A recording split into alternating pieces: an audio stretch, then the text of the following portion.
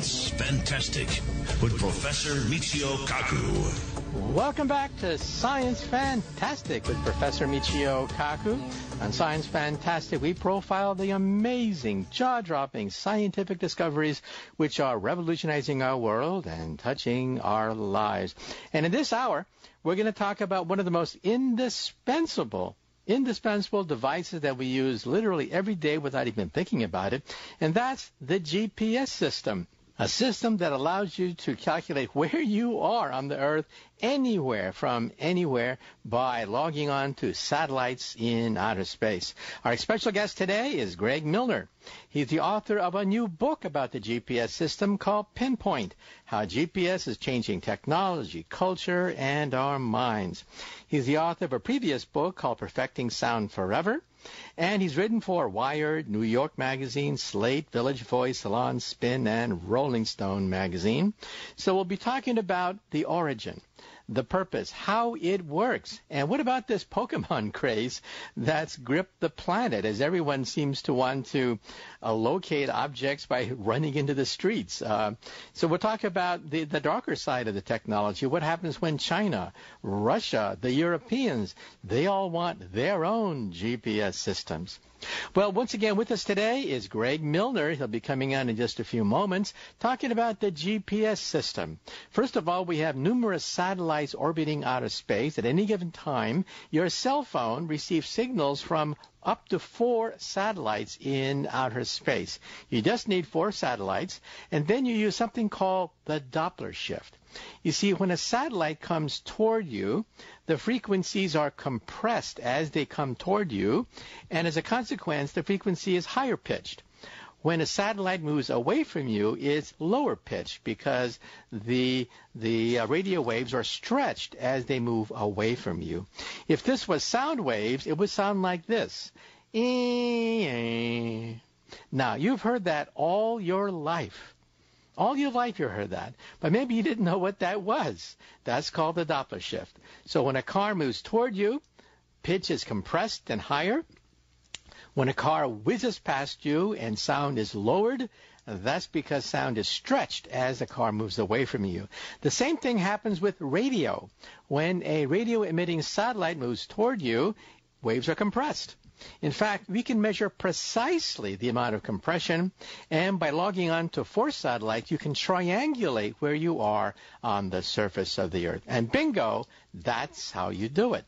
Now, you may say to yourself, well, what about Einstein? I mean, isn't Einstein's theory showing that all that stuff has to be warped? And the answer is yes. Therefore, even the GPS system has to be modified to take into account Einstein's theory of special and general relativity. This is incredible if you think about it. The GPS system is so accurate, and we depend upon it to fight wars and locate missing children. It's so accurate that Pentagon generals have to use Einstein's theory of general relativity in order to calculate corrections to the GPS system, or else it don't work.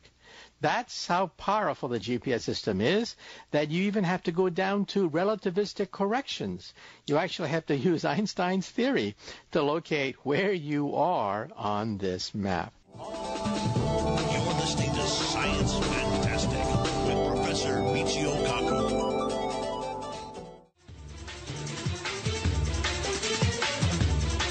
You're listening to Science Fantastic. Welcome back to Science Fantastic with Professor Michio Kaku. In this hour, we're going to talk about a technology that is so indispensable, but we don't even think about it. But there it is in outer space, a high-tech device that is indispensable for the economy and your life. We're talking about the GPS systems, one of the great successes of modern technology. And with us today to talk about that is Greg Milner. He's the author of a new book called Pinpoint, How GPS is Changing Technology, Culture, and Our Minds. He's the author of a previous book, Perfecting Sound Forever, which was a finalist for the National Book Critics Circle Award, and his work has appeared in Wired, New York Magazine, Slate, Village Voice, Salon Spin, and Rolling Stone. So, Greg, glad you could be on Science Fantastic. Oh, thank you for having me on. Well, first question for you is, how did you first get interested in technology and writing, and eventually writing about the GPS program? Well, at first it began with, I used to be a journalist covering mostly music, and I realized that what seemed to be most interesting about music was how it was the science behind it, how it was recorded, and the choices that were made when recording it. A long time ago, I was a graduate student in anthropology at NYU, and I wrote a master's thesis on the transition from analog to digital recording technologies in the music industry.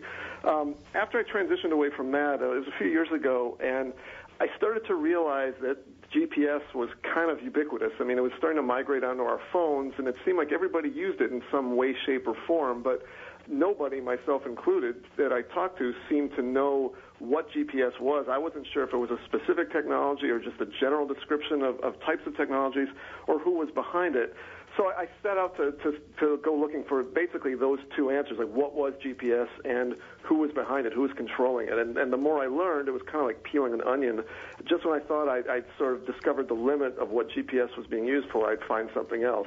Well, GPS, of course, is a multi-billion-dollar system of satellites in outer space. And then the question is, well, who paid for it? And was GPS invented just so that mothers can find their wayward children, or so that campers wouldn't get lost in the forest? I mean, who actually bankrolled GPS? Well, GPS is wholly owned and operated by the United States federal government, specifically the Department of Defense. The day-to-day operations are run by the United States Air Force out of a Schriever Air Force Base outside of Colorado Springs, Colorado. It was originally designed basically as a military tool. I mean, there were some precursors to GPS done by the Navy, but the real GPS program, GPS as we know it today, began as an Air Force program in the early 70s. And there was always supposed to be a civilian component to it. That was always a precondition for its funding. But it was really designed as a way to, the way that Brad Parkinson, the Air Force colonel who really launched the program, put it, he wanted to find a way to drop 5 bombs in the same hole. He had some experience in Vietnam during the air campaign, and he was really dismayed by how indiscriminate bombing was there. And so in his mind, you can debate whether this is, true or not, but he saw that GPS as being a way to wage war more humanely, because bombs could be dropped where they really should be dropped, not wherever. Now, we all have images of World War II that we learned in school and we see on old reruns on television, specifically the bombing of Dresden and the firebombing of Tokyo, which caused enormous, absolutely catastrophic human casualties. Was it because people were simply evil and malevolent and wanted to incinerate people, or is it because our bombs simply were not accurate? Well, I think it's somewhere in between the two. I mean, I think what happened in World War II was certain choices were made. I know that there was a little bit of an emphasis on precision bombing in the earlier air campaigns, and it was decided that was not worth the risk because, pilots put themselves more at risk when they did things like that. So, like you said, there were these things that were caused by just, really just indiscriminate bombing. The way Brad Parkinson put it to me is that he was really aware of what happened in Vietnam. And, in fact, what happened in World War II. And what he saw happening in Vietnam was a repeat of that. And he used to say, like, bombing, in World War II, it was often used more as an instrument of terror than it was as a way to actually wage war. And so in his mind, he wanted to correct the mistakes that the Air Force was making by still adhering to these kind of World War II approaches to air campaigns. And also, wasn't the United States Air Force interested in precision-guided ICBM missiles? I mean, if you're going to launch a nuclear war, you want to make sure that your H-bomb lands in Red Square rather than, 30 miles outside Moscow, right? So didn't they want pinpoint accuracy for our ICBMs, and therefore they needed some kind of satellite-guided MX missile? Well, there's a couple ways to answer that question. I mean, one of the weirdest things about the history of GPS is that at first the Air Force, by and large, didn't really want it at all. Parkinson and his team were really operating as kind of almost rogue elements within the Air Force, not literally because it was being funded, but the vast majority of people in the Air Force did not see the point of GPS at all, as hard as that is for us to understand. They just didn't see why they needed another navigation system, although what the people who were designing GPS would tell them often is, like, look, don't think of it as a navigation system, think of it as a guidance system. So, as the years went on and the military started to really see the military applications of GPS, they started applying it to a lot of different things. But like you say, ICBMs, I mean, not only is it important that the missile, hit not 30 miles off of where it's supposed to be, apparently one of the most interesting things I discovered in doing this book is that they wanted the missiles they had to explode right over the silos. They couldn't, they couldn't be more than a certain height above it. You would think that with that kind of destruction it wouldn't matter, but it really did. So GPS was a way, once they started figuring out all these applications for it, was a way to make sure that things were really, pinpointed with incredible accuracy, not just somewhat accurate. Now, also within the Pentagon, there's a celebrated unit called DARPA, and DARPA is credited with, first of all, forming NASA. NASA was one of their offshoots of DARPA. Also, the Internet. The Internet used to be called DARPANet. Yeah. And artificial intelligence has been pioneered by DARPA. I see that in your book you didn't mention DARPA. Is that because DARPA missed the boat on this? Or was DARPA also involved in the creation of GPS as well as the Internet and NASA and so on and so forth? Today, DARPA is involved in studying GPS and I think recommending some improvements. But at the time, they weren't really involved with this. I mean, what's interesting about GPS is that it kind of develops alongside, parallel to the Internet, but it wasn't really a DARPA thing. DARPA did get involved actually in the 80s in wanting to design a very small GPS receiver. They nicknamed it the Virginia Slims Project because they wanted it to be no bigger than a cigarette box. And they wanted something with military precision. But in terms of designing the actual technology, DARPA didn't really play a role in this. Okay. Now let's talk about the science of the satellite system itself. First of all, how many satellites are there in outer space? And at any given time, how many satellites does your cell phone lock onto? Well, the entire constellation is about 30 or 31 satellites, depending on how many spares are around. At any given moment, there's 24 active satellites arrayed in orbits such that from pretty much just about any spot on Earth, you should get a line of sight to at least 4 satellites. And the reason is because your phone, or really any GPS receiver, and it should be emphasized that every GPS receiver, whether it's on an ICBM or your phone, works exactly the same way. They always need at least 4 simultaneous lines of sight to a satellite in order to make a position fix. So you need 4 to really get the actual accuracy that GPS is capable of. Okay. Now, some people are a little bit gun-shy about cell phones because they think maybe it causes cancer or something. But isn't it true that the cell phone in the GPS is basically a receiver? It doesn't send anything to the satellite at all. It's basically a receiver. Absolutely, and this is one of the most important things about GPS. It's what's known as a passive navigation system, meaning that you only have to receive signals, you don't have to actually send them. And that's good for a number of reasons. First of all, it means that GPS itself cannot locate you, so people who have privacy concerns, it's things that exist alongside GPS, but not GPS itself. But GPS also, the fact that it's passive is important because the number of GPS users could double tomorrow and it wouldn't affect the system at all, any more than it would affect radio if the number of radios doubled tomorrow, because these satellites do not have to receive anything, they only have to send out these signals.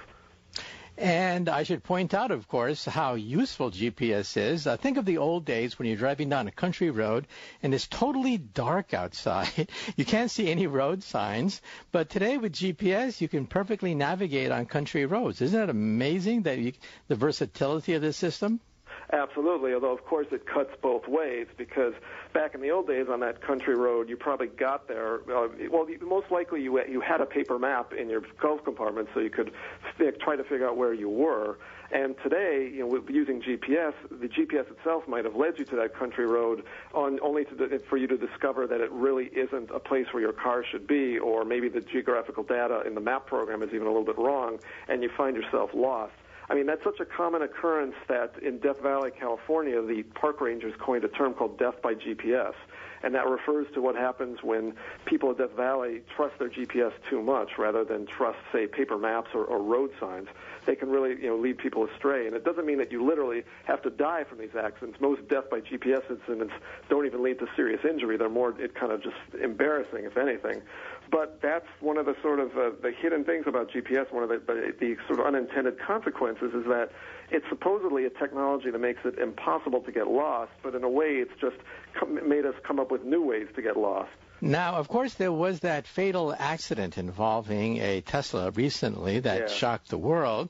However, if you think about the dynamics of that fatal accident, I imagine it wasn't the GPS's fault. It was the fault of the system unable to recognize a truck turning in front of you, but the GPS correctly identified its location.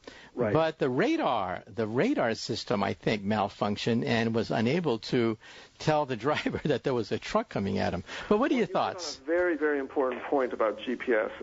The way if you talk to people involved with GPS at Schriever Air Force Base, where the master control station is, they'll point out that GPS it can be divided into three segments. There's the space segment, and that's the satellite constellation. There's the control segment, and that's the network of GPS monitoring stations that are spread around the world that monitor the satellites as they come over the horizon and send the data back to Schriever.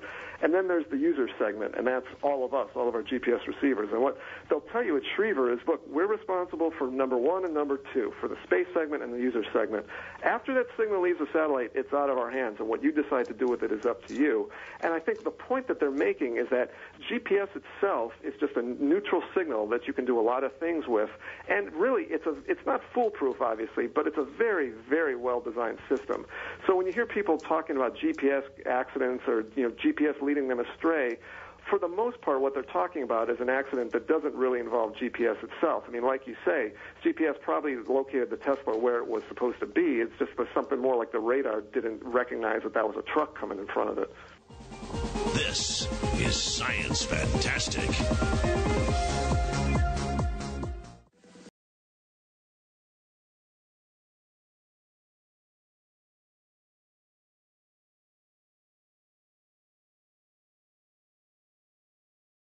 Fantastic. We're profiling some of the most cutting edge of technologies.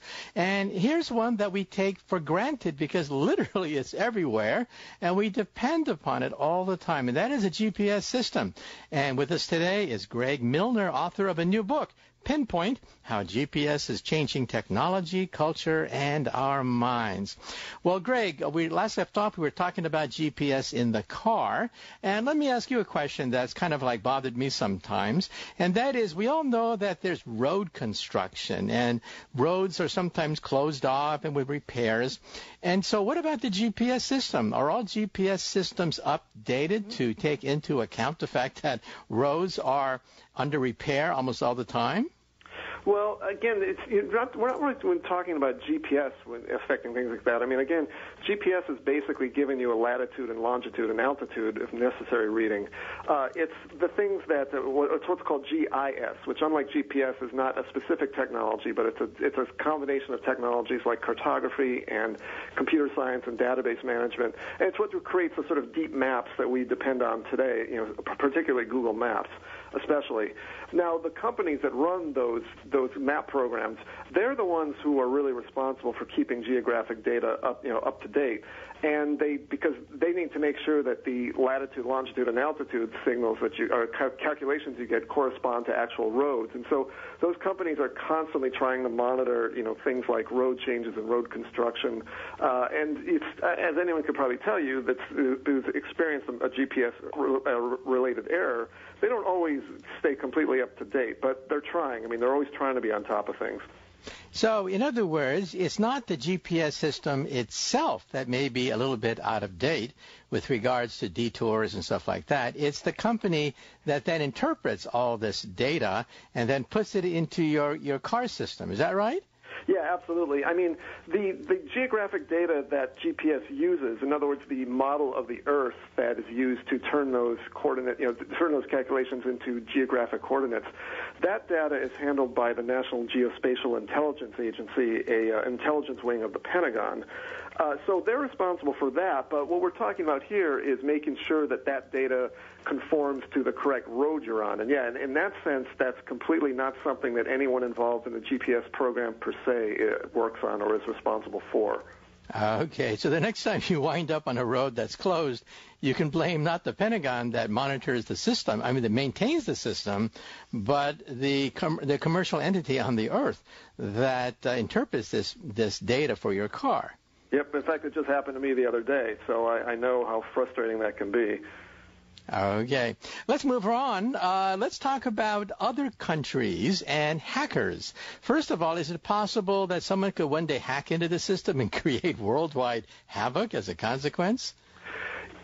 It's a complicated answer. Yes, the basic answer is yes, but what people should realize is that the GPS system itself as a whole is pretty robust. I mean, in order to really disrupt it, people would have to have some sort of method of disrupting the satellites, which are 20,000 kilometers away, or they'd have to have a way to infiltrate the GPS master control station in Colorado, where, and I know this from experience, it's very, very heavily guarded to the extent that there's posters all over the place authorizing the use of deadly force if necessary, and doors that you have to walk through quickly or else an alarm will sound if they're open too long. So the GPS as a whole is very, very, very unlikely to go down. However, what is vulnerable is GPS on a local basis. GPS is very easily jammed. In fact, at certain places like on the New Jersey Turnpike near the Newark Airport, there was so much use of GPS jammers, and these are simple devices that can be obtained off the Internet. They were used by drivers to try to foil the GPS tracking systems that their bosses use to make sure they know where they are. That it was actually affecting the GPS-based landing system at Newark Airport. So they're worried about jamming, but an even more insidious thing that can happen is called spoofing, and that's when somebody introduces a bogus signal that looks, for all intents and purposes, like the GPS signal and fools GPS receivers in the vicinity into thinking that they're picking up the real thing. And what's really dangerous about that is that there are many, many systems that use GPS that are spread over very wide geographic areas that are all connected. For example, the electrical grid. So if one node of the electrical grid gets a spoofed GPS signal and thinks that power is being routed in a weird way, it could cause cascading blackouts, for example. Okay, wow. You're listening to Science Fantastic with Professor Michio Kaku.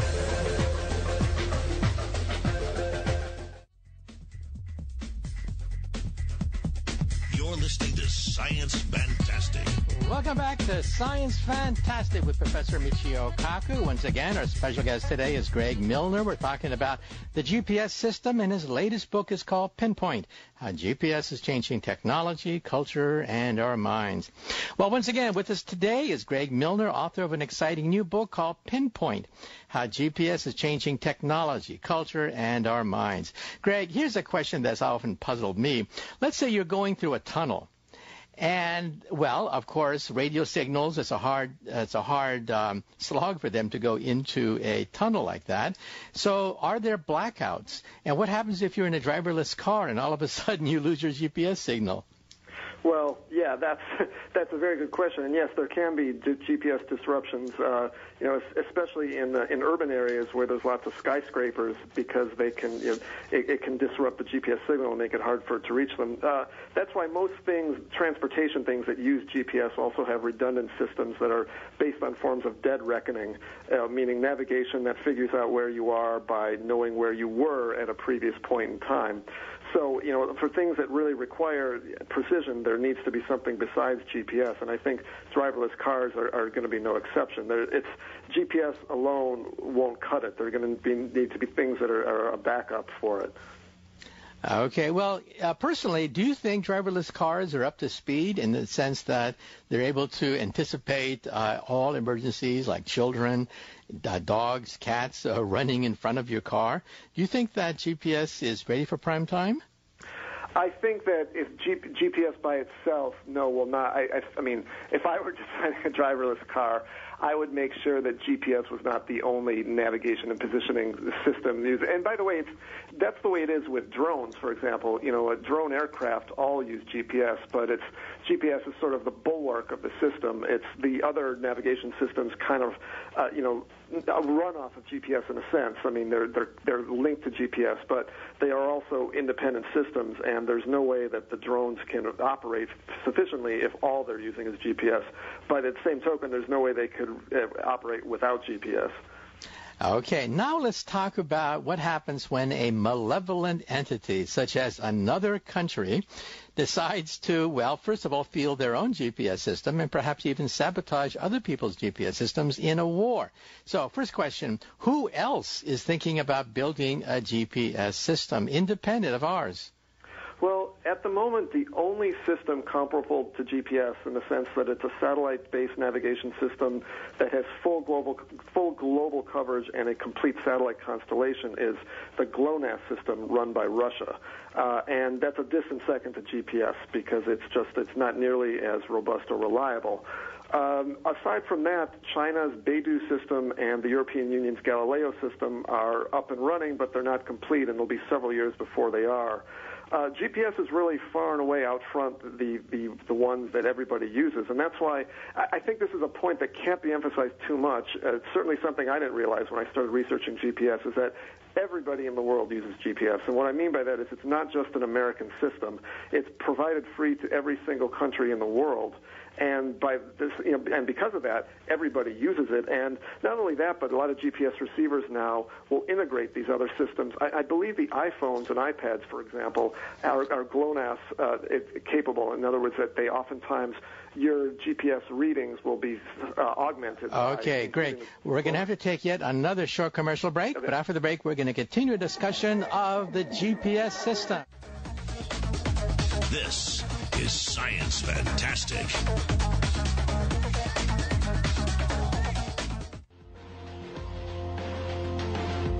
Here is Professor Michio Kaku. Welcome back to Science Fantastic with Professor Michio Kaku. With us this hour is Greg Milner, author of an exciting new book called Pinpoint: How GPS is Changing Technology, Culture, and Our Minds. And speaking about culture, you have anything to say about the recent Pokemon craze that it seems to have gripped a whole generation of young people addicted to GPS and games?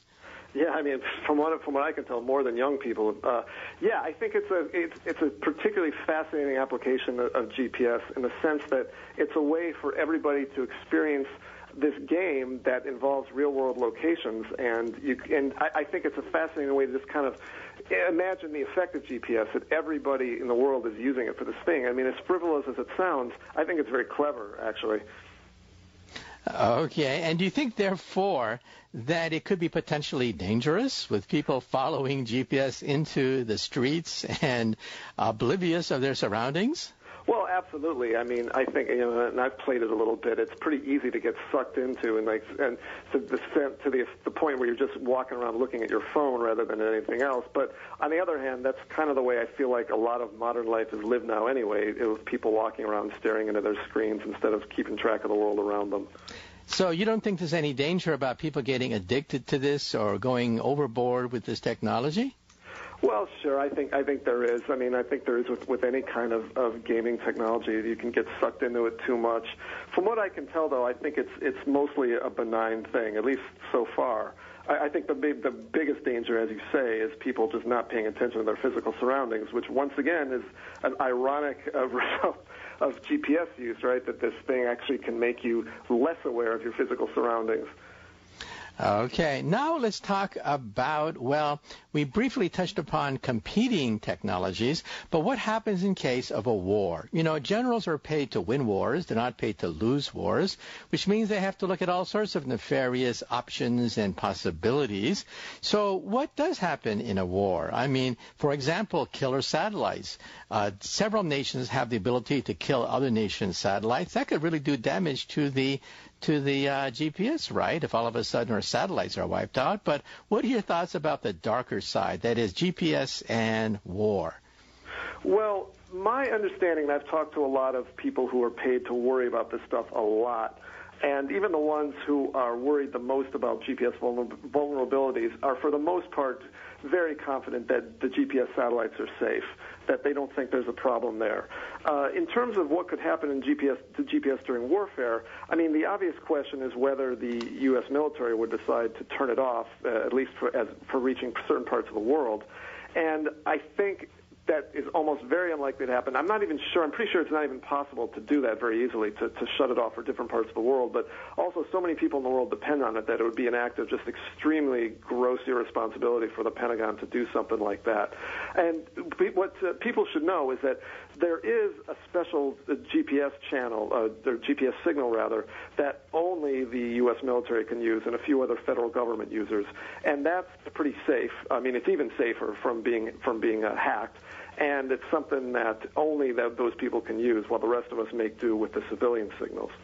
Well, I heard some stories, and, correct me if I'm wrong, that other nations are preparing to launch their own GPS system because in case of a war, the Pentagon may simply surreptitiously modify the coordinates of certain cities, certain military installations without telling anybody, and so the GPS militarily becomes useless. But what are your thoughts? Is that one of the reasons for other nations trying to field their own GPS system?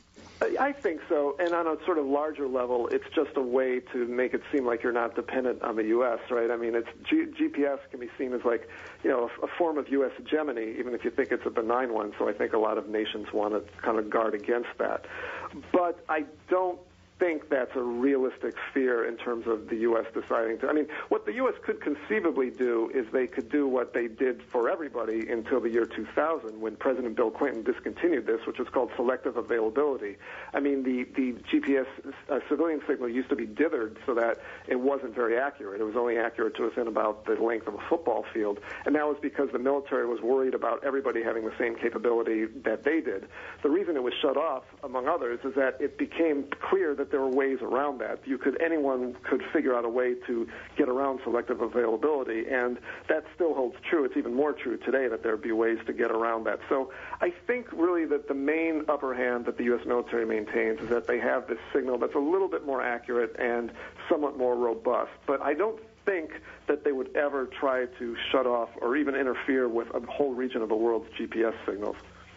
Well, we also have Google Earth, and we have other independent mapping systems, not as good, of course, as GPS, but doesn't that give some kind of assurance that we're not going to, that it'll be very easy to see that someone is tinkering with GPS because we have so many redundant satellites up there in outer space? What are your thoughts? Yeah, I think so. I mean, I think for that reason and a variety of others, if anyone that tried to mess with GPS, people would figure it out pretty quickly, and they'd be able to move to mitigate those threats.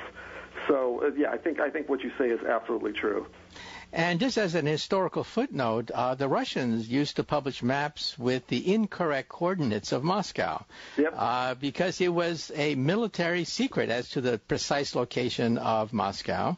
And the Russians used to publish maps with the incorrect coordinates so that in case of a war, what happened to Napoleon would also happen to, let's say, a Hitler or somebody else. I mean, they're still trying to figure out, all the parts of the world still aren't what's called tied together. I mean, there's still different coordinate systems that are being used. And in fact, one of the interesting things about GPS is that it's being used to sort of tie all these things together to make it so that people are all on the same page, literally.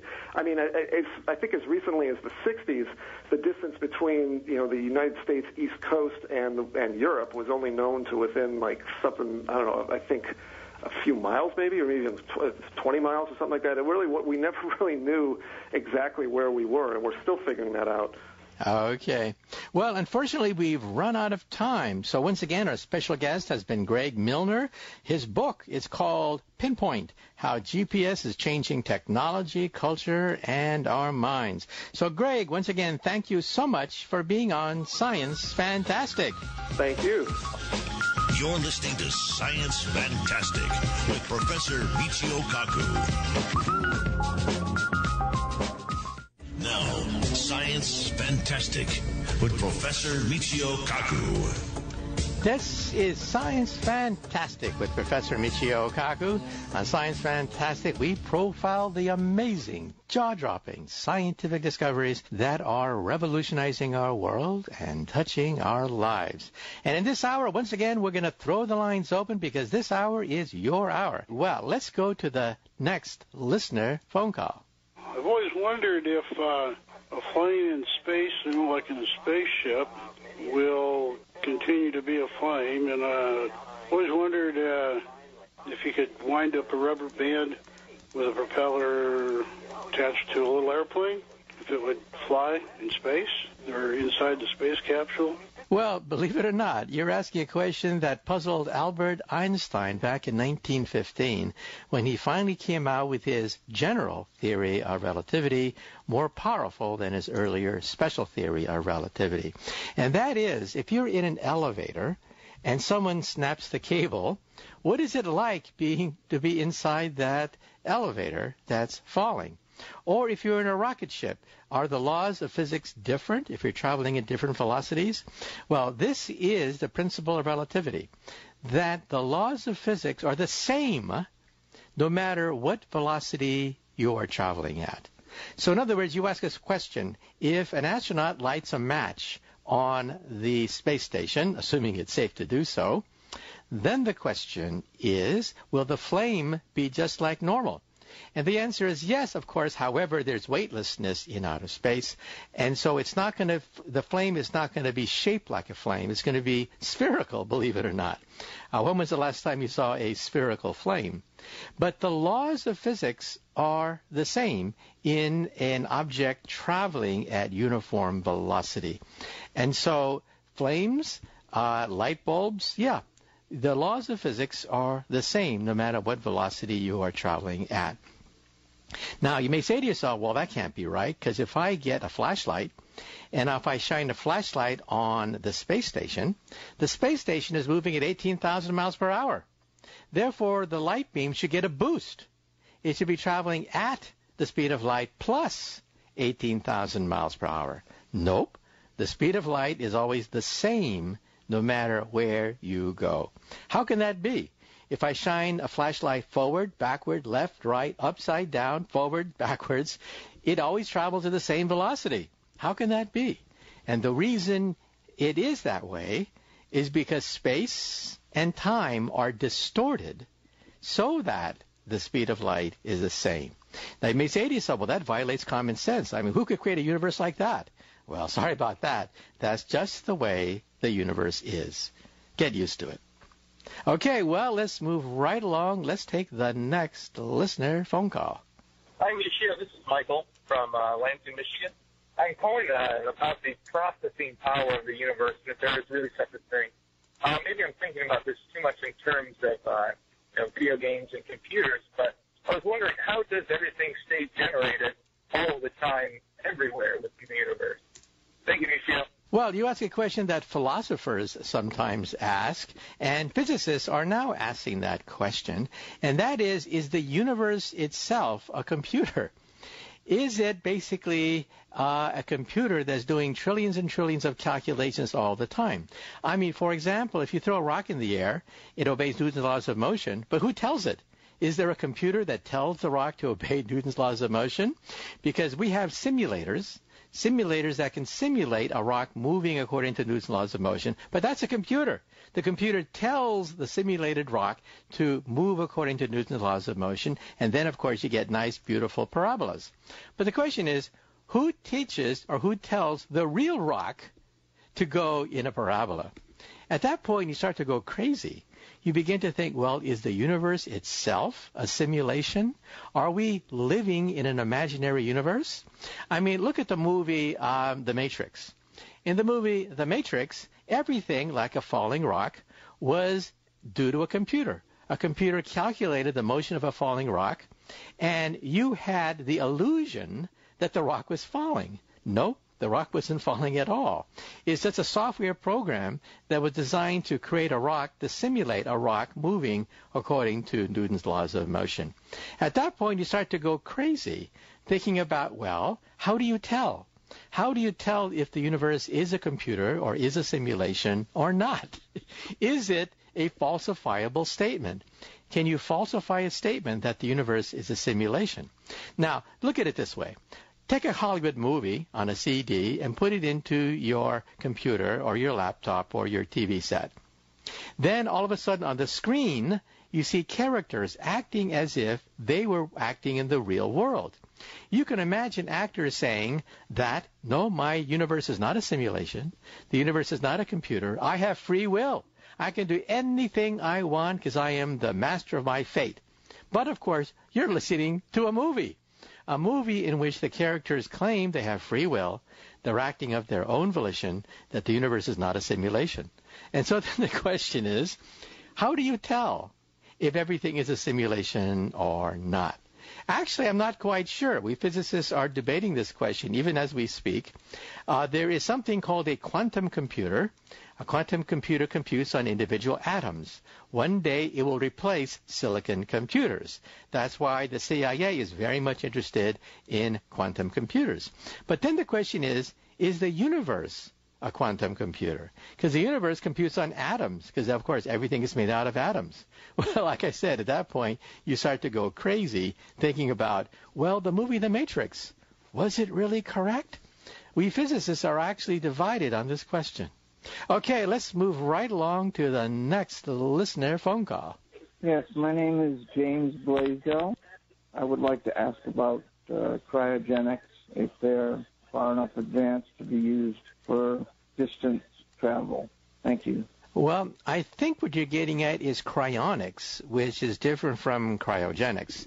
Cryogenics is the legitimate study of objects that are cooled down to very low temperatures. Cryonics is a rather dubious form of technology where you're frozen, and if you have a fatal disease and you're going to die of that disease, hopefully you can perhaps be revived at some point in the future, and at that point we will have cured cancer and many other fatal diseases, and then you can live forever.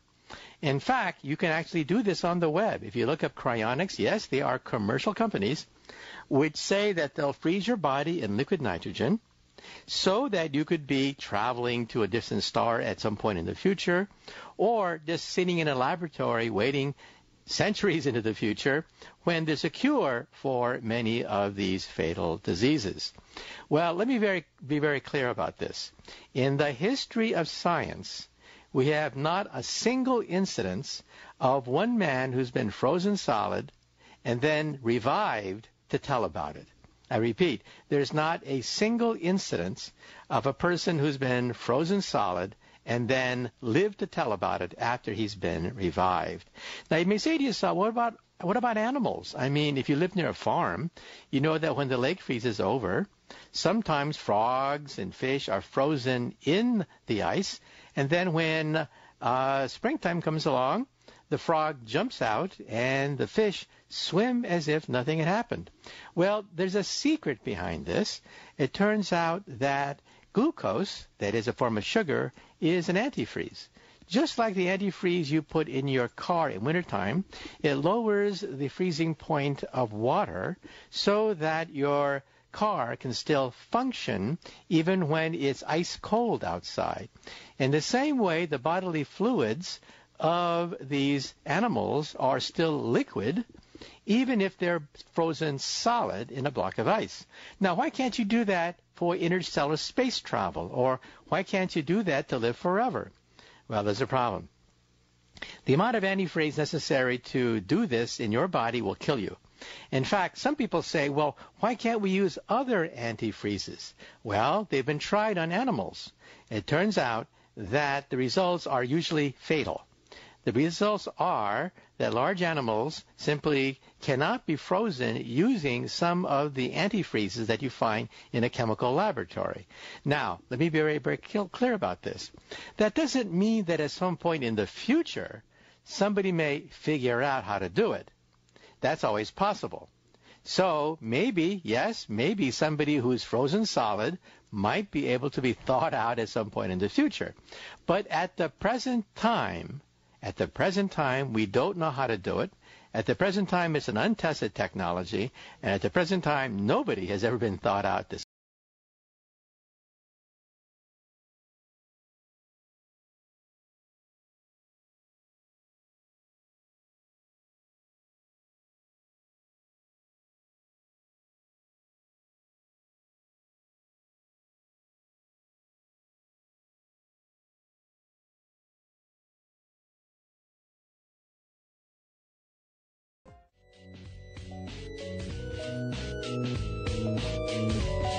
Here's Professor Michio Kaku. Welcome back to Science Fantastic with Professor Michio Kaku. On Science Fantastic, we take your phone calls. Okay, moving right along, let's take the next listener phone call. I was wondering what the frequency of the gravitational wave recently discovered with the gravitation detector equipment. And this is Constance from Warren, Michigan. Thank you. Okay, well, yes, a few months ago it hit the headlines, not just once but twice. Scientists have actually detected vibrations from colliding black holes in outer space. Let me begin by breaking it down. Back in 1915, Einstein proposed a theory of gravity that said that gravity is actually due to the fact that space-time is like a fabric that can stretch. And if you are then moving along the fabric, then your path is bent sideways or whatever, just like what gravity does. And just like the surface of a pond now, if you were to throw a rock into a pond, you get ripples forming on the surface of the pond. And then Einstein said, well, gravity must be like that. If I have a tremendous disturbance, then shock waves should emanate from the impact, and we should be able to absorb that with our instruments. However, he did a quick calculation, and he quickly realized that in his lifetime, he would not be able to detect these gravity waves. So this went on for 100 years, from 1916 to 2016. For 100 years, scientists have tried to look for gravity waves. And they did it by building a gigantic machine called LIGO, two of them, one in Washington State and one in Louisiana. It's basically two laser beams that form a joint. It looks like an L. When these two laser beams collide, they form an interference pattern, just like the interference pattern you get on the surface of your bathtub if you make waves on the surface of your bathtub. Well, if there's a colliding black hole in outer space, it creates waves. These waves then hit the laser beam, jiggle the laser beams, and then our instruments are sensitive enough to be able to detect the fact that they've picked up the vibrations. Then you can take these vibrations, run it through an audio amplifier to get sound waves coming out of it. Now, the media call this the music of the spheres.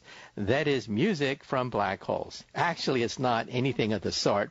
But, if you stretch your imagination a bit, what we're talking about is gravity waves from space-time itself jiggling a diaphragm, and the diaphragm then jiggles air waves, giving you sound. And if you go to nasa.gov, you can actually find the link where you can listen to it. You can actually listen to some of the vibrations.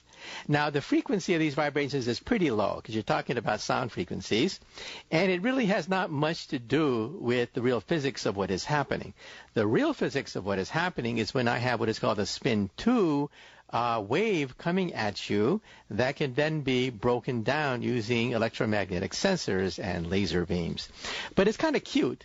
It's kind of cute, the fact that you can then take this electromagnetic wave, run it through a sound amplifier, and hear it.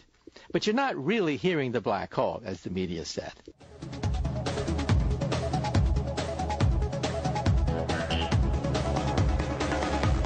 You're listening to Science Fantastic with Professor Michio Kaku.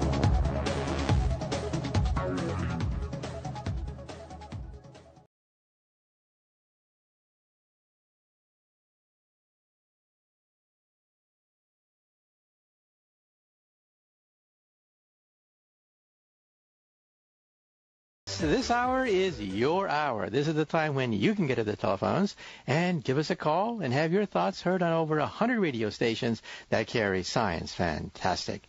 Okay, well, let's now take the next listener phone call.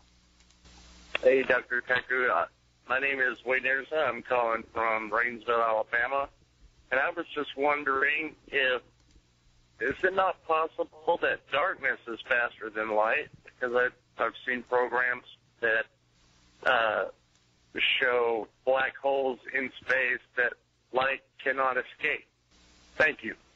Well, the short answer is no. It turns out that darkness is nothing but the absence of light, and therefore light travels at the speed of light, obviously. So the absence of light that is a shadow would also emanate and move at the speed of light. Now, black holes, as you pointed out, light cannot escape from a black hole. Light simply orbits around a black hole. But if you are in the frame, that is, if you're in a rocket ship traveling along the light beam, it would also travel at the speed of light. And so any way you cut it, you cannot break the light barrier this way. Darkness does not travel faster than the speed of light. Darkness is nothing but light itself. But here's a question that I asked myself when I was a kid. If you get a flashlight and zip it across the heavens, from one side of the heavens, one horizon, to the other horizon, and you were to go far enough out there and out of space, didn't that light beam go faster than the speed of light? Because you went from one side of the universe to the other side of the universe at a velocity much faster than the speed of light. And the answer to that is actually yes. However, you cannot send net information this way. Yes, it's true that if you get a flashlight and zip it across the night sky, then the image will actually travel faster than the speed of light. But you cannot send usable information that way. Here's another example. Let's take a pair of scissors and close the scissors and then calculate the speed at which the joints of the two blades converge. If you go far enough into outer space, assuming these scissors are huge and very lengthy, then at a certain point, the joining point joins faster than the speed of light because, of course, the scissors are millions of miles long and you close them very rapidly. If the blades are long enough, then the joint will also close faster than the speed of light. But again, it's useless information. You cannot send Morse code this way. You cannot send usable information. So can some things travel faster than light? The answer is yes. Images. Images will go faster than light, like zipping a flashlight across the night sky. But it's fake in the sense you cannot send Morse code this way. You cannot send usable information to the nearby stars faster than light.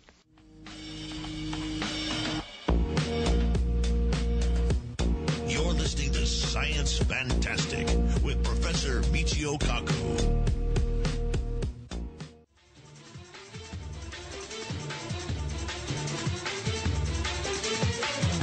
Science Fantastic. Welcome back to Science Fantastic with Professor Michio Kaku. Once again, give us a call because the lines are open. Let's take the next listener phone call. Hey, it's 8:20 a.m. in Tampa, Florida.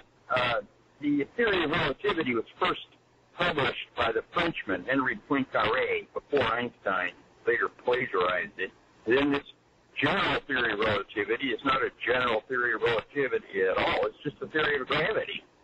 Einstein had no business calling it a general theory of relativity, and it was first published by David Hilbert, the German David Hilbert. So why is his name in any of the physics books? He didn't do any of these things if you look closely at it. Thank you. Well, you ask a very interesting question, and I once wrote a biography of Albert Einstein called Einstein's Cosmos, where I actually went through each and every one of the claims that you mentioned.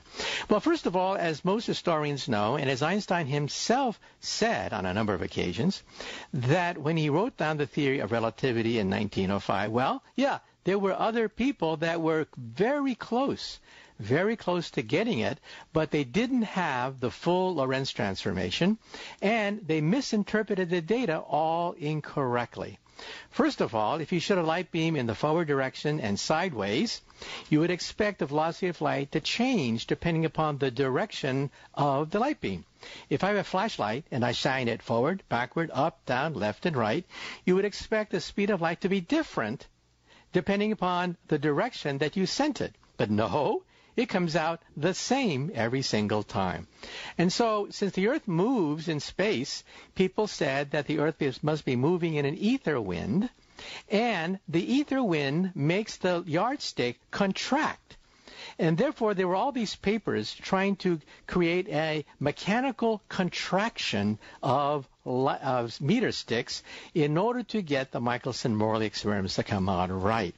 Well, here comes Einstein and says, no, you got it all wrong. It's space itself.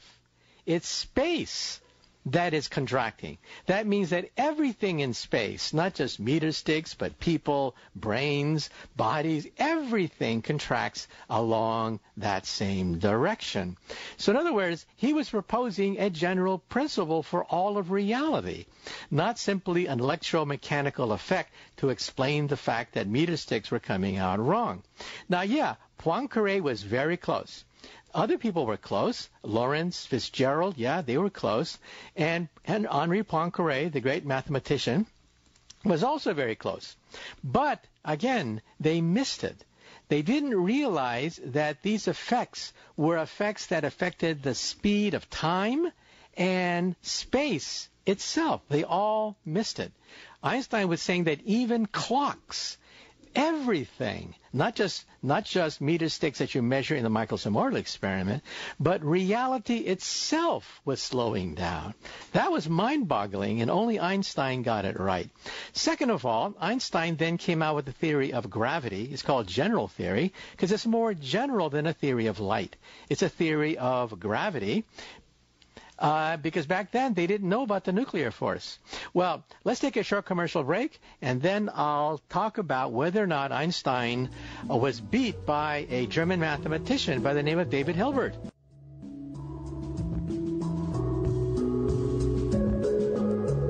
Don't feel bad.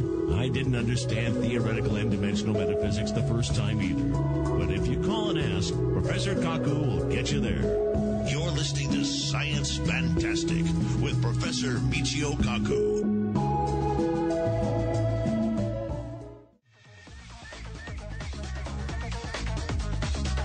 You're listening to Science Fantastic. Welcome back to Science Fantastic with Professor Michio Kaku. The lines are open. Well, where we last left off, a listener called in and said, wait a minute, maybe Einstein has to share the credit, or maybe he even stole some ideas from David Hilbert, a famous German mathematician who published some of these ideas. Well, I looked into the history of that charge. It turns out that from 1905 to 1915, Einstein was struggling for a general theory of relativity, a theory not just of light, but of gravity as well. Because back then, that's all they knew about. They didn't know about any nuclear force. They thought that that was it, light and gravity. That's what made the universe tick.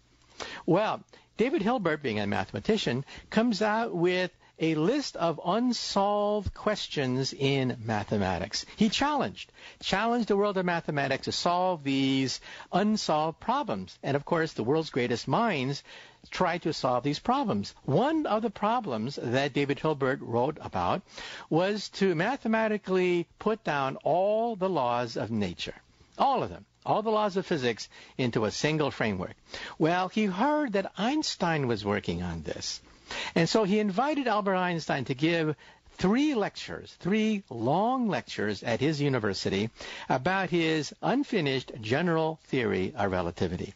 So then Einstein elaborately laid out this enormous mathematical structure using tensor calculus, the Ricci tensor, using the most advanced forms of mathematics known at that time as an attempt to create the unified field theory.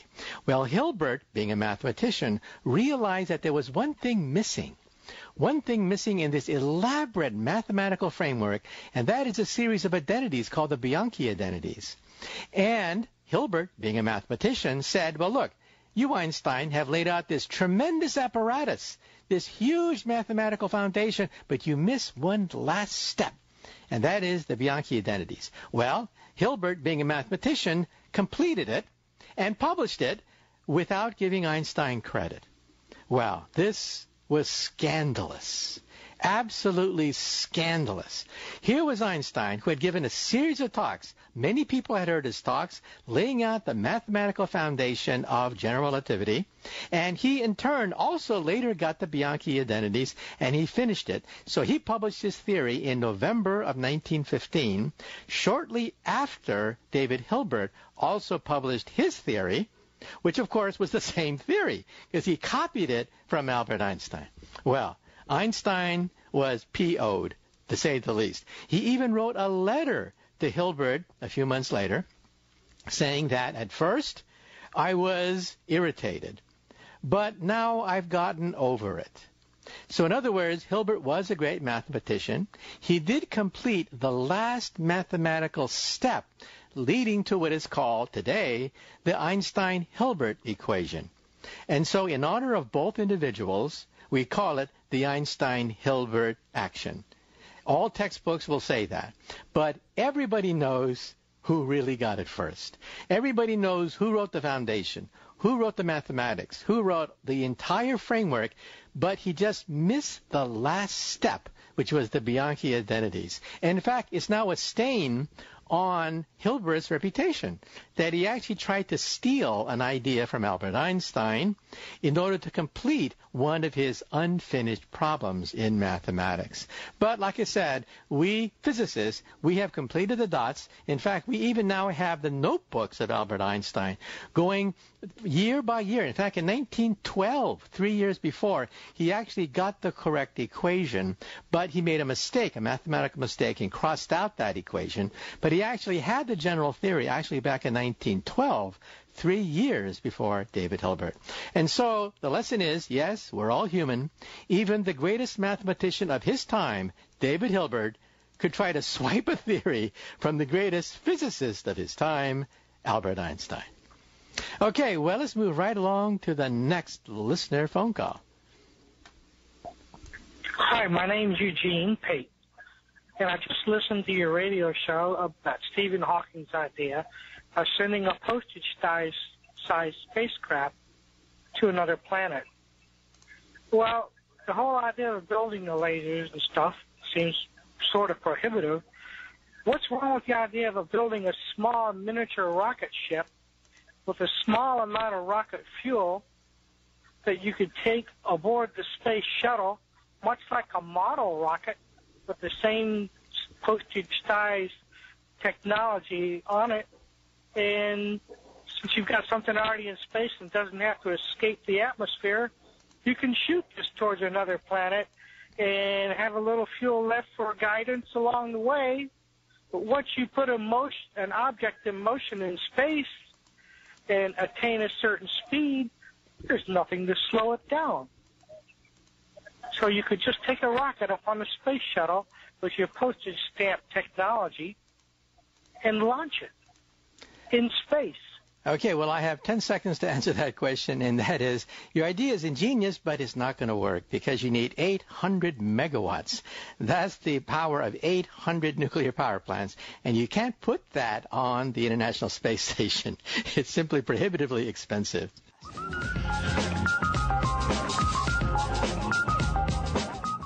Now, Science Fantastic with Professor Michio Kaku. This is Science Fantastic with Professor Michio Kaku. On Science Fantastic, we profile the amazing, jaw-dropping scientific discoveries which are revolutionizing our world and touching our lives.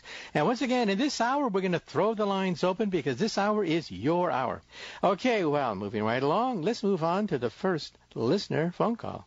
Hi, Professor Kaku. I was just wondering, I was recently reading a book by David Eagleman where he spoke about how people can replace one sense, like the sense of hearing, with another, like the sense of touch. And so I was just wondering if you had any ideas or interesting things to talk about how there might be some other things that our brain is just not equipped to perceive out there.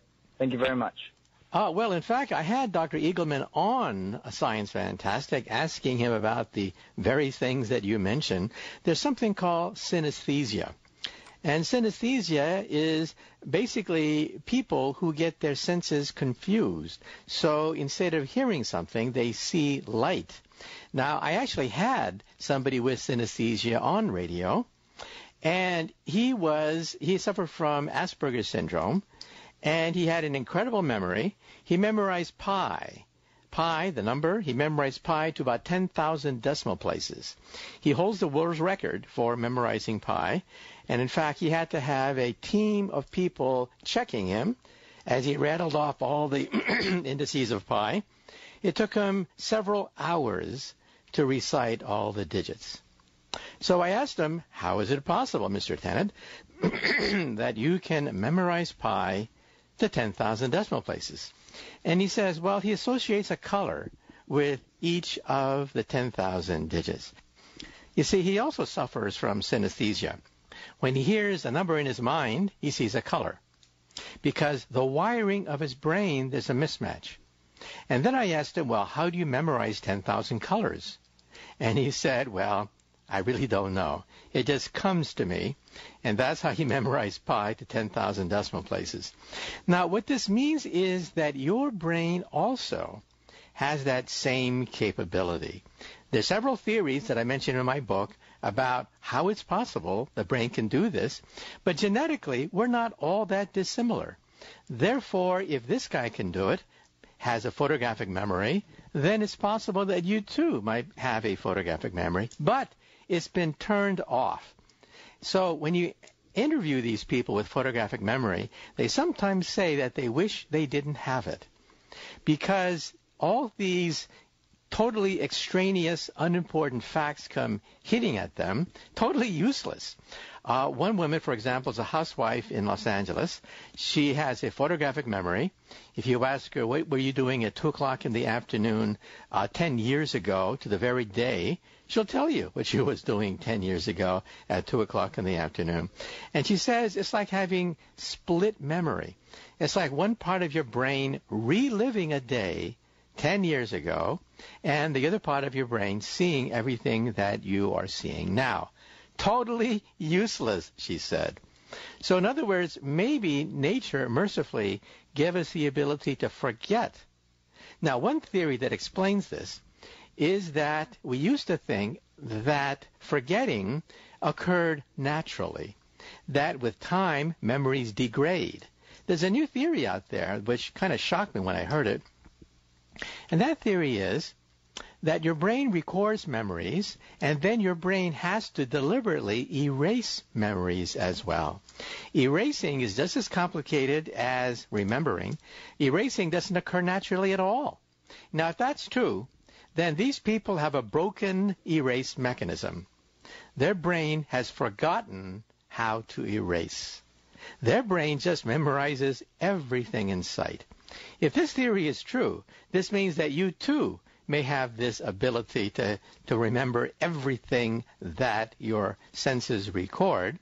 But in these individuals, in fact, in most people, it's been turned off. However, in these people, it's broken, and therefore they memorize everything.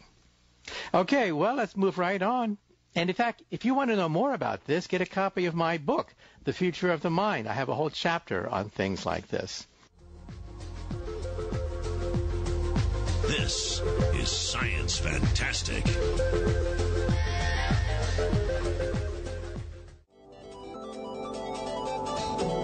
Here is Professor Michio Kaku. Welcome back to Science Fantastic with Professor Michio Kaku. On Science Fantastic, we're throwing the lines open in this hour, and you can get on Science Fantastic. So let's take the next listener phone call. Yes, sir. I was listening to your show. I'm kind of a first-time listener, and it's fascinating. I love science. My question would be, how does a creator, intelligent design, or the beginning of the world, or God, if you will, fit in to science, and how you feel about that? Well, that's a big question, so let me try to break it down. First of all, Galileo himself, the founder of modern science, was asked that question, and he answered it as follows. He says the purpose of the church is to determine how to get to heaven, and the purpose of science is to determine how the heavens go. So in other words, they're different. The purpose of the church is to determine how to go to heaven. In other words, ethics, behavior, how to act like a good person. That's what the church is all about. And science is about how the heavens go. That is, it's about natural law. It's about the laws of the universe. Now, the problem occurs when scientists begin to pontificate about ethics, or when religious people begin to pontificate about natural law. that's where the problem occurs. Because as long as you keep the two distinct, realize that science does not tell you what is a good thing or a bad thing. That's what society tells you. Where do you draw the line between a felony and a misdemeanor? What is good? What is bad? These are things that society has to democratically decide upon. However, in science, we talk about things that occur in natural law throughout the universe. What does a felony or a misdemeanor mean on another star system? So you begin to see that they're two different domains, so they're not necessarily in opposition to each other at all. Now, then Einstein was asked the question, do you believe in God? And he says, well, let's break it down. There are two kinds of God. First, there's the personal God, the God that you pray to, the God that parts the waters. And he said that he did not necessarily believe in a personal God because we're talking about the creator of the universe. Does the creator of the universe really care about killing the Philistines or whether or not you pray to get a bicycle for Christmas? I think perhaps God has more important things to think about. And then Einstein said he believed in the God of Spinoza.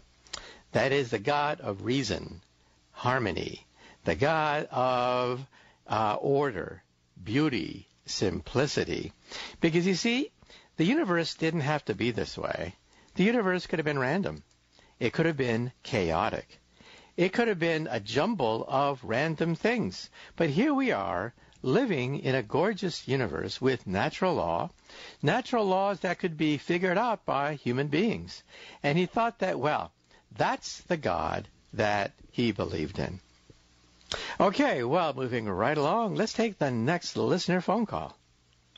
Yes, my name is Lou Cooley.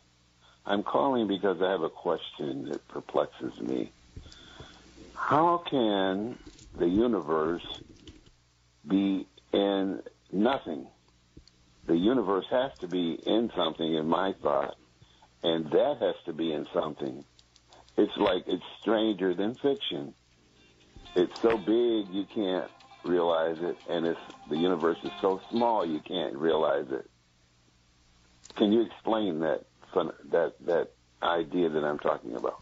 Thank you. Well, you asked one of the deepest questions, a question that theologians have asked. For example, some theologians thought that the oceans, no matter how far they seem to be, are sitting upon a turtle.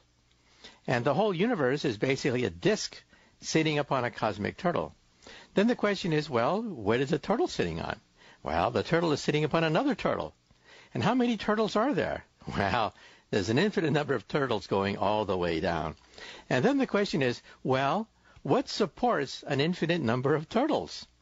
St. Thomas Aquinas was asked this question, and he was asked the question, is there a first mover? Well, why do objects move? Objects move because they're pushed by something. But what pushes that? Well, something else had to push that. But then what pushed that? Well, something else had to push that.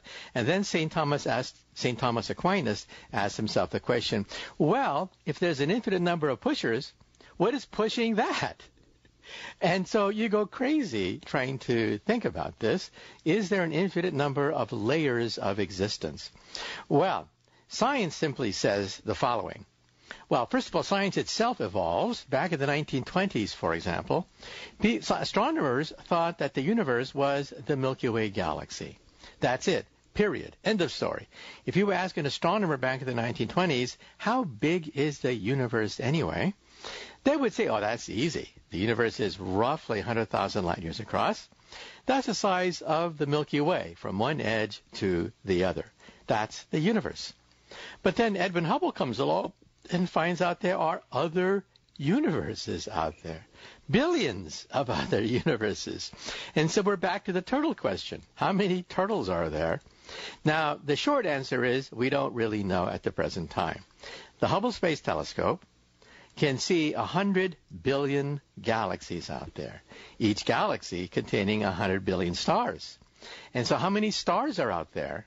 Well, the number of stars we can see with a telescope is 100 billion times 100 billion.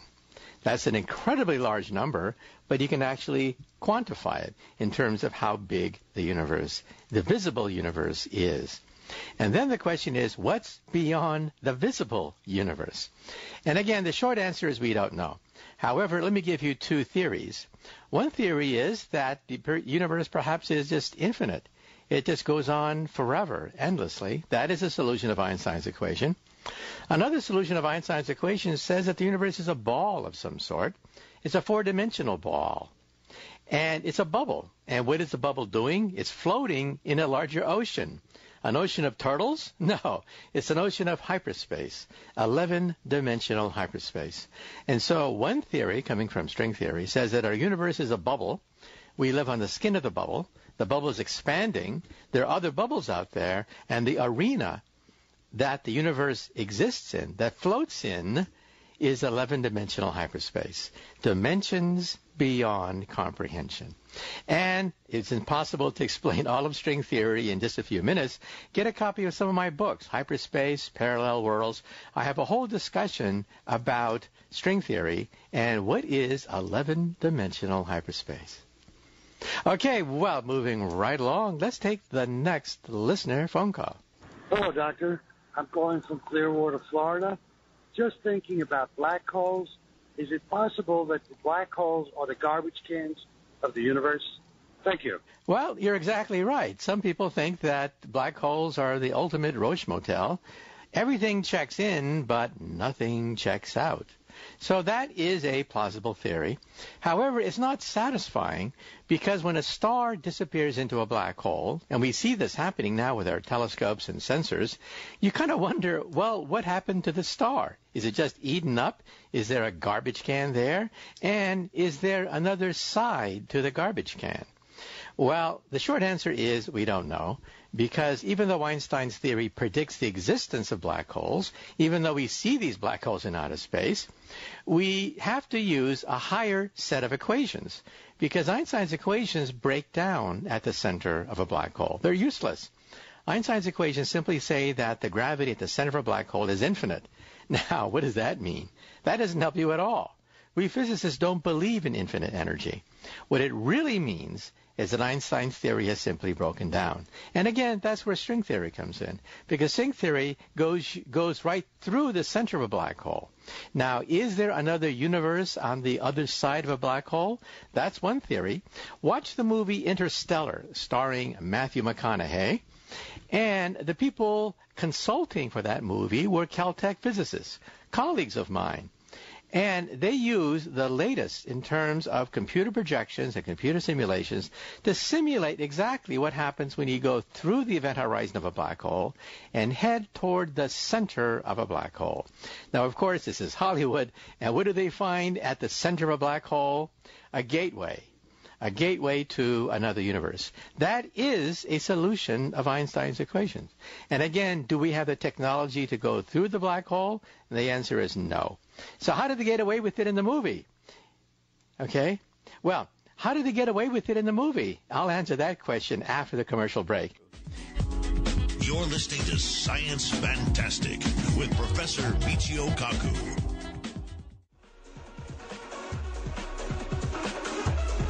Here's Professor Michio Kaku. Welcome back to Science Fantastic with Professor Michio Kaku.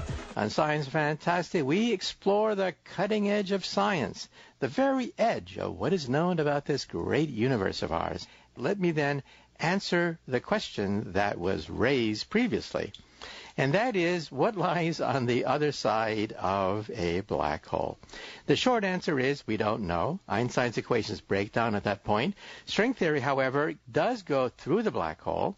One possible solution, I'm not saying it's the only one, one possible solution is that there's a gateway, a wormhole, a dimensional portal connecting that universe to another universe. And then how do you get the energy necessary to drill a hole in space and time? In the movie, they get around that. In the movie, it turns out that our descendants, our future people of the future do have the technology to create a wormhole to go back into the past and meet us. That's how they get around that very clever trick. How do you create a wormhole through time? And the answer is you have to wait for your descendants to create a wormhole so they can visit you in the past. A very clever way that Hollywood has of getting around that problem. Moving right along, let's take the next listener phone call. Yes, Professor. This is Bob from Chicago. If you were traveling at the speed of light in a ship or even on a carpet, a magic carpet, would your mass be infinite once you reach the speed of light? Well, you ask a very interesting question, because if you read Einstein's original paper of 1905, he says that as you approach the speed of light, all sorts of bizarre, strange things begin to happen. First of all, time slows down. That freaks people out. But hey, we measure this every day with our satellites now. Einstein was right.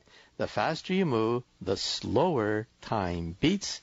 And that's why your GPS system works. That's why your cell phone works, for God's sake. If it wasn't for Einstein, your cell phones wouldn't work. And you get heavier. In fact, if you hit the speed of light, you have infinite mass. So how do you get around that? Well, you get around that very simply. You cannot reach the speed of light. Now, if you could reach the speed of light, which is not possible, your mass would be infinite. And, of course, that's silly. Who ever heard of infinite mass? And so it simply means that Einstein's equations have been verified at sublight velocities. And at the speed of light, you have, of course, light beams. And light beams obey a different set of equations. Light beams have zero rest mass. Therefore, they do not have infinite mass at all. Some people ask that question. Well, if light travels at the speed of light, and if your mass is infinite at the speed of light, then how come light does not have infinite mass? And the answer is very simple. Light has zero rest mass, and therefore it cannot have infinite mass at all. And so when Einstein came out with this theory, of course, he was hit from all sides. A lot of people didn't believe him. In fact, even Adolf Hitler commissioned teams of scientists to try to tear down Einstein's theory. And of course, they all failed, because Einstein's theory has been experimentally verified. And the simplest verification of Einstein's theory is your cell phone. You're listening to Science Fantastic with Professor Michio Kaku.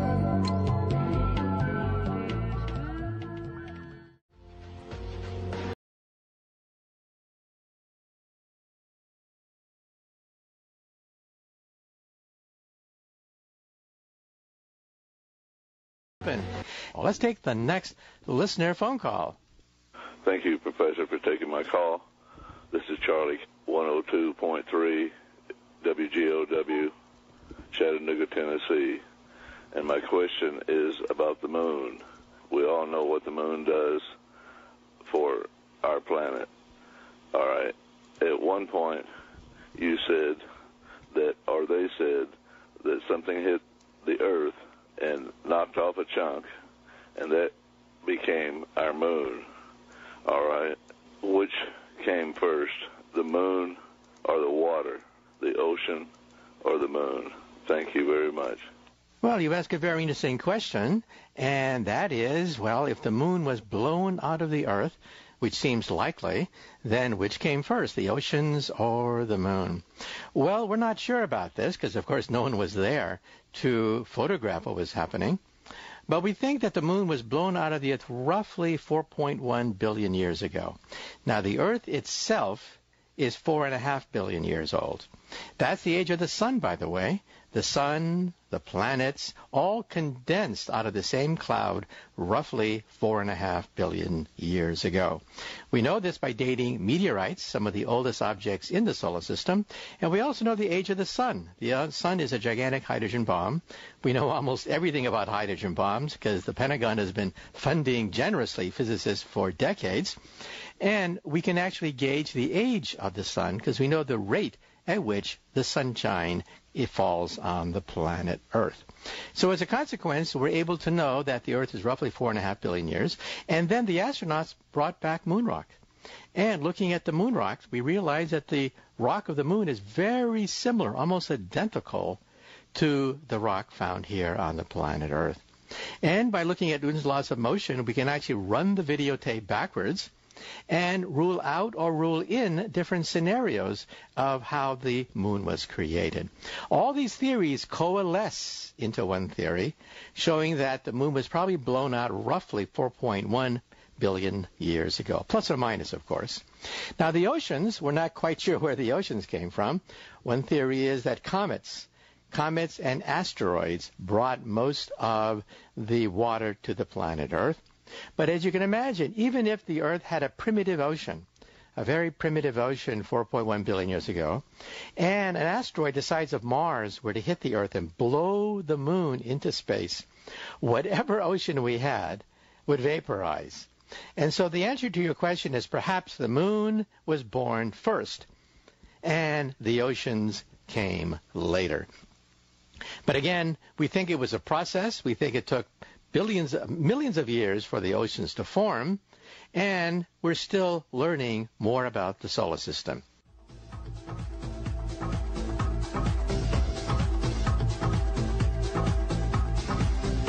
Yes, Professor Kaku can help you with your homework. He can even help you with your kids' homework, but only if you ask.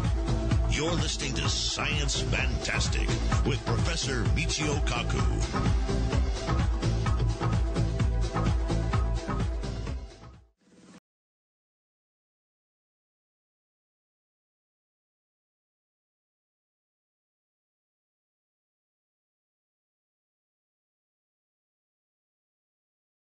Lines are open. Let's take now the next listener phone call. Professor, this is Julia. I'm in Chattanooga, Tennessee, listening to WGOW Radio 102.3. My question, cell phones. Say, for instance, the astronauts at the space station. Can they take a cell phone with them and call home? Just wondering. Thank you very much for your time. Have a wonderful day. Well, you ask an interesting question, because at first you may say to yourself, no, come on. I mean, they're in outer space. They're 300 miles above the surface of the Earth, traveling at 18,000 miles per hour. How can they possibly take a phone call? But then you ask yourself another question. Well, exactly where does your cell phone connect to? Cell phones are ubiquitous. You can go pretty much anywhere where we have civilization, and you can take out your cell phone. So exactly what happens to your cell phone when you make a phone call? Well, first of all, chances are there's a microwave tower outside someplace, a microwave tower that then receives and sends signals from perhaps millions of cell phones in a metropolitan area. So when you're outside, you can link to a microwave tower. Second, there's Wi-Fi. You could be in a restaurant, for example, and there's a small little Wi-Fi unit, perhaps no more than a box that's like 6 inches wide, and has an antenna. And it picks up and sends messages to your cell phone, and that little box in turn is connected to a server someplace. Now, in outer space, there are not going to be any microwave towers. Therefore, that's not going to be how you're going to communicate. But there could be Wi-Fi there. In other words, there could be a little box with an antenna that simply picks up your cell phone message and then beams it down to the planet Earth, because it's a radio communication with mission control. And so your cell phone call may be rerouted through mission control. Now, is it already set up this way? That I don't know. You'll have to talk to an astronaut or talk to NASA about that. But it wouldn't take that much. It wouldn't take that much, really, to connect a cell phone on the space shuttle to a Wi-Fi unit, which then communicates to the planet Earth. Okay, well, moving right along now, let's take the next listener phone call. Professor Kaku, this is William, Radio 970, Portland, Oregon. My question is there a homosexual gene that a person can inherit even though there is no history of homosexuality? Thank you very much. Well, you ask a very controversial question, and there's only a limited amount of reproducible, testable, falsifiable data on this question. In fact, I interviewed one of the leading biologist who has tried to find the so-called gay gene. In fact, he announced several years ago that he thought he was hot on the trail of a gay gene, but since then, other researchers have not been able to reproduce his results. Now, we know there's some genetic component to it, but it's not 100%. In other words, there's not just one gay gene. It turns out if you look at identical twins, you can have one twin who is gay and the other one who is not. If it was simply a single gene that determined whether or not you were gay, then of course you wouldn't have that. However, you can look at the genetics and you see that, well, there could be a genetic link. That is, if you are gay, then yeah, there's a slight elevated chance that perhaps your siblings are also gay as well. And so, to summarize, there's no proof one way or the other as to whether or not there is a gay gene. They're just theories. One theory, for example, says that perhaps in the fetus, perhaps the fetus is bathed with hormones which then determine whether or not the brain is going to be male or female. You see, we are born female. We're all born female, but then we have hormones hitting us in the womb, which then determine whether or not we are male or female. So you can be genetically male, but your brain tells you otherwise, depending upon the amount of hormones that you get in the fetus. But again, let me stress again, these are just theories. We have no definitive proof one way or the other, even though people have tried to look for a gay gene.